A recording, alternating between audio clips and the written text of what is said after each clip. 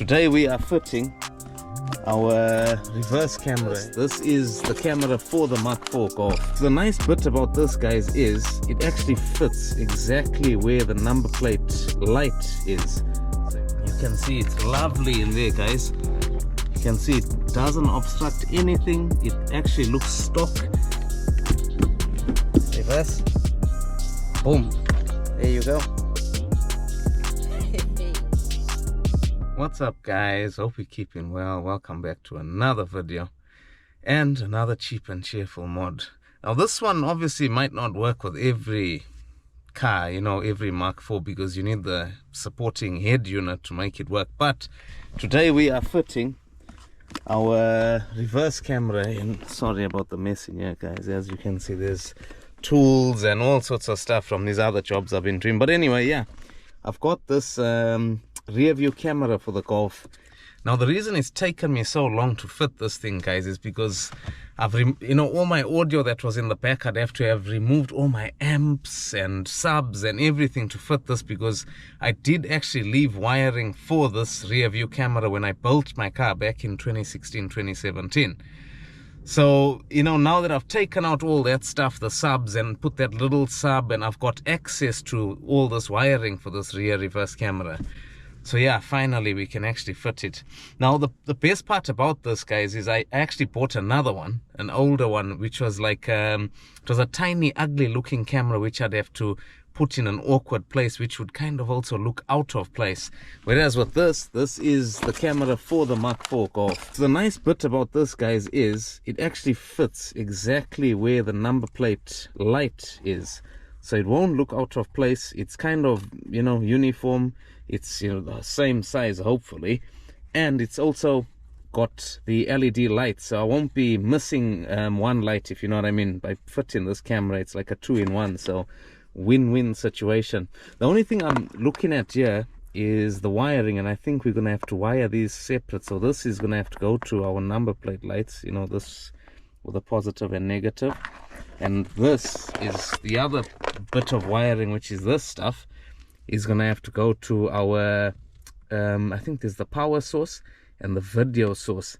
So I think the video source, if I'm not mistaken, also has a trigger, which will be the reverse light that I'm gonna have to connect it to. And I think I've already done this. I need to check my wiring in there, because I did this long ago. So when you put your car into reverse, it triggers the camera to change on the head unit to reverse camera, you know.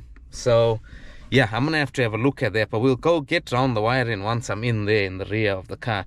I need to go and put my hand in there and do a bit of digging. Hopefully they're still there. I remember putting the wires there.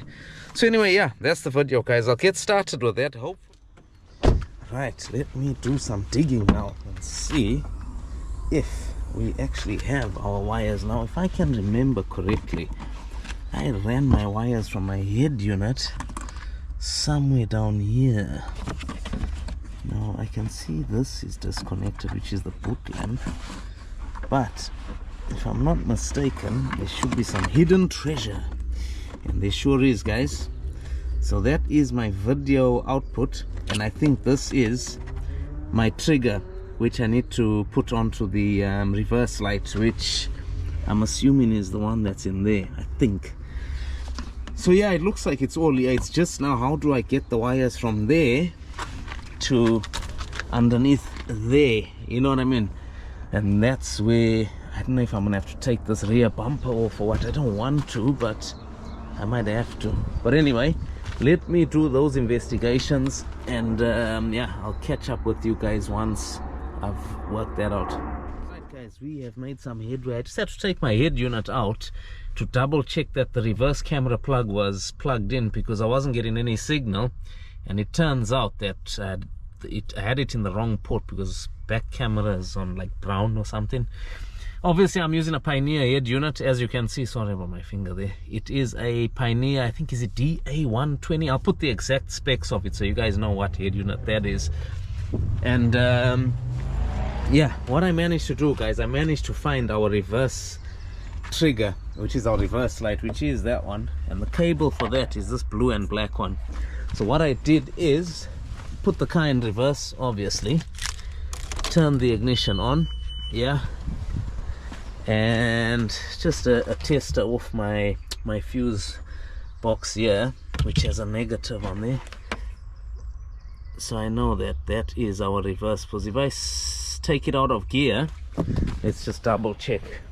I take that out of gear, yeah, out of reverse I mean, and test that again, we get nothing. See, so we know that's our trigger for our reverse camera. So I'll solder our cable onto there, the one that comes through, which is that one. Okay, I'll be in a sec. I'm getting called for lunch. So yeah, I'll obviously cut that and solder that to there. Then that's our trigger sorted. So yeah, and then obviously it's just the video input that we need to connect into there, and then, you know, power this up, and we should be good to go really. Alright guys, so we are getting there. I took my diffuser off, as you can see. Took off that diffuser which has been on here for years, and we can actually see our wiring under here, you know. So I'm going to use this grommet. Can you see this grommet over here? I've just taken that grommet out, which leads into my port, and then I'll put the grommet back. Obviously I'll put it back with the wiring going through the grommet. But on my number plate light now, because you must remember, not only do I have the reverse camera, the number plate light itself needs power, so that it can basically power up and replicate that as well.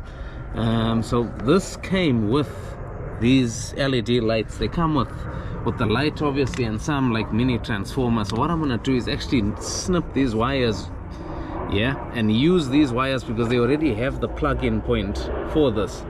And yeah, at least it will be watertight as well if I keep that plug, rather than snipping it from here. So yeah, I'll do that now, connect that up, and then run our wiring through that grommet, which leads to under here, and then I'll run our wiring from under there and meet in there basically, and then that's pretty much done basically. That's where our wiring will run to. So let me get on with that, and hopefully we'll have a reverse camera and a working rear number plate light. Right, so I've just soldered this, guys. Like I mentioned before, I was gonna use this piece, so I'll solder that and just put some heat shrink on there nicely, so it's nice and tight, waterproof. So here's our grommet. We've made a little hole in there. We'll tidy that up later, and we've brought these cables through from the car to the camera, and then we're going to pull them back in, and obviously they over there. We'll try and tuck it under here. Yeah guys, we are now done. Yeah, managed to run all our wiring through. The only different thing I had to do, guys, is instead of running my power to there and my earth to there, I've run my power and my trigger to the same cable, which is the reverse light. Yeah, because for some reason the actual wiring was getting hot.